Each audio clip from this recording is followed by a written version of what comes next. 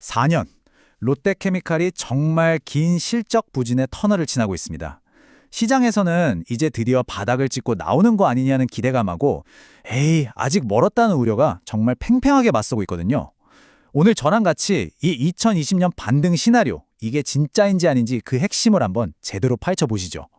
오늘 다 듣고 나시면 이 회복 스토리가 현실이 될지 아닐지 판단할 수 있는 딱 그 열쇠를 손에 쥐게 되실 겁니다.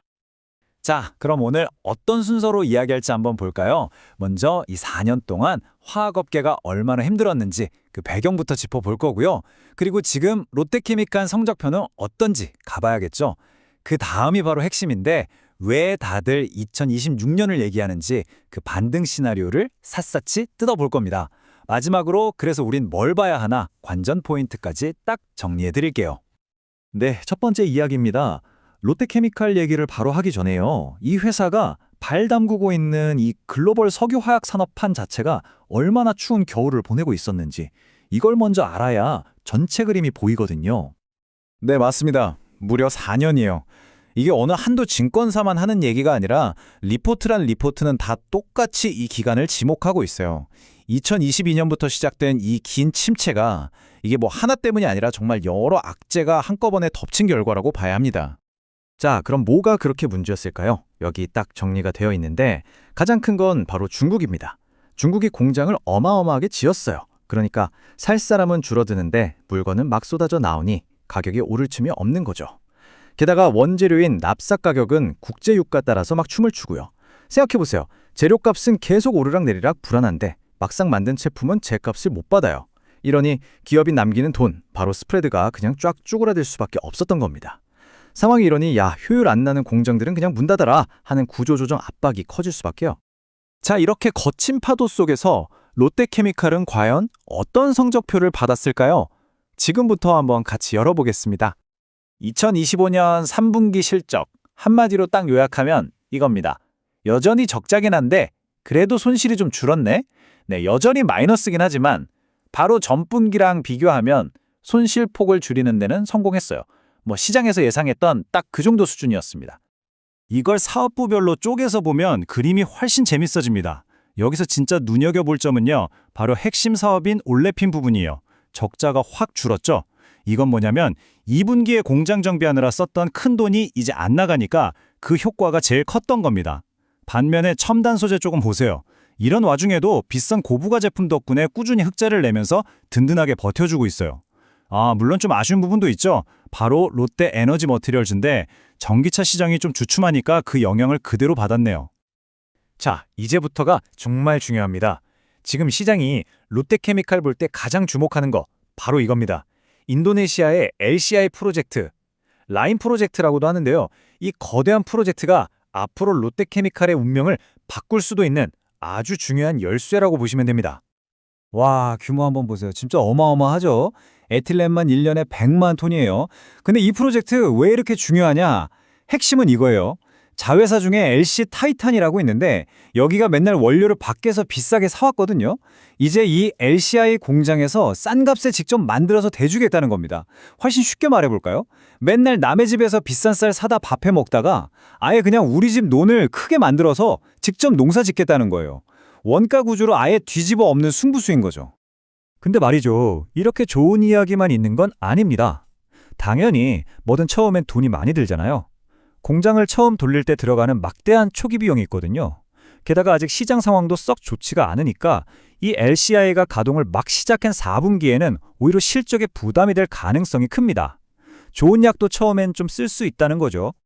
바로 이 지점 때문에 전문가들 의견이 딱 갈리는 거예요. 이 LCI 프로젝트가 미래의 희망이냐 아니면 당장의 짐이냐, 이 양면성 때문이죠. 한쪽에서는 길게 보면 체질이 바뀌는 거다 이렇게 긍정적으로 보고요. 다른 한쪽에서는 당장 들어가는 돈이랑 불확실성이 너무 크다 이렇게 신중하게 보는 겁니다. 팽팽한 줄다리기 싸움이죠. 그 차이가 이 목표 주가에서 그대로 드러납니다. 보세요. 증권사마다 제시하는 가격이 꽤 차이가 나죠. 이게 바로 지금 롯데케미칼의 미래를 두고 기대와 우려가 얼마나 팽팽하게 맞서고 있는지를 보여주는 아주 상징적인 장면입니다. 자, 그럼 이제 현재에서 미래로 한번 넘어가 보죠. 도대체 왜 많은 사람들이 이 기나긴 터널의 끝이 보이는 시점으로 하필 2026년을 꼽고 있는 걸까요? 그 이유가 궁금하시죠? 네, 바로 이 질문이 오늘 이야기의 가장 중요한 부분입니다. 지금 당장은 좀 힘들어도 왜 2026년을 기대하게 만드는가 그 근거들을 지금부터 하나씩 파헤쳐 보겠습니다. 2020년 반등 스토리. 여기에는 크게 4가지 기둥이 있습니다. 첫째, 그동안 공급 과잉의 주범이었던 비효율적인 공장들이 드디어 문을 닫기 시작할 거라는 기대감. 바로 글로벌 구조조정이죠. 둘째, 아까는 당장의 짐이었던 LCI 프로젝트가 이제 효자로 변신하는 겁니다. 초기 비용 다 털어내고 본격적으로 돈 아껴주는 효과를 낸다는 거죠. 셋째, 유가가 안정되면서 재료값 부담이 줄어들 거라는 전망. 그리고 마지막으로 롯데케미칼 자체적으로도 돈 되는 사업에 집중하면서 몸집을 가볍게 만들 거라는 점입니다. IM증권 리포트에 나온 이 한 문장이 이런 기대감을 딱 보여줍니다. 5년 만에 처음으로 연간 흑자를 낼 거다. 와, 5년 만에 흑자 전환. 이게 바로 시장이 2026년에 걸고 있는 기대의 크기라고 할 수 있겠습니다. 하지만 잠깐만요. 당연히 반대 이야기도 들어봐야겠죠. 이 장밋빛 시나리오가 그냥 무너질 수도 있는 리스크들입니다. 첫째, 글로벌 구조조정? 그거 말처럼 그렇게 빨리 될까요? 안 될 수도 있어요. 심지어 어떤 곳에서는 공급 과잉이 2030년까지 갈 수도 있다는 아주 비관적인 전망도 내놓습니다. 그리고 LCAI 프로젝트, 그게 정말 기대만큼 효과를 낼지는 솔직히 아직 뚜껑 열어본 게 아니잖아요. 여전히 물음표가 남아있습니다. 자, 그럼 이렇게 희망과 불안이 뒤섞인 상황에서 우리는 도대체 뭘 봐야 할까요? 마지막으로 여러분이 이 회복 스토리가 진짠지 아닌지 직접 따라가 볼 수 있는 일종의 체크리스트, 관전 포인트를 정리해 드릴게요. 투자자라면 딱 이 한 문장만 기억하셔도 됩니다. 뭐냐면 이야기의 흐름이 바뀌고 있다는 겁니다. 지난 몇 년 동안은 롯데케미칼 버틸 수 있나? 이게 질문이었다면 이제는 그래서 언제, 어떻게 회복하는데?로 질문이 바뀌었다는 거예요. 이야기의 주인공이 생존에서 회복으로 바뀌고 있는 거죠. 이 회복 스토리가 진짜가 되려면요, 이 4가지를 계속 체크하셔야 해요. 첫째, 제가 계속 강조했던 스프레드. 원재료 값이랑 제품값 차이가 벌어지는지 좁혀지는지, 이게 바로 수익성의 바로미터거든요. 둘째, 중국에서 공장문 닫는다는 뉴스가 얼마나 자주 나오는지, 이게 아주 중요합니다. 셋째, 당연히 기름값, 유가 흐름도 계속 보셔야 하고요. 그리고 마지막, 이게 제일 중요한데 롯데케미칼이 실적 발표할 때마다 LGCI 프로젝트가 정말 돈을 아껴주고 있는지, 그 효과가 숫자로 찍히는지 이걸 두 눈으로 직접 확인하셔야 합니다. 자, 오늘 이야기 한번 정리해볼까요? 롯데케미칼, 정말 혹독했던 4년의 불안 끝에서 이제 아주 중요한 기로에 서 있습니다.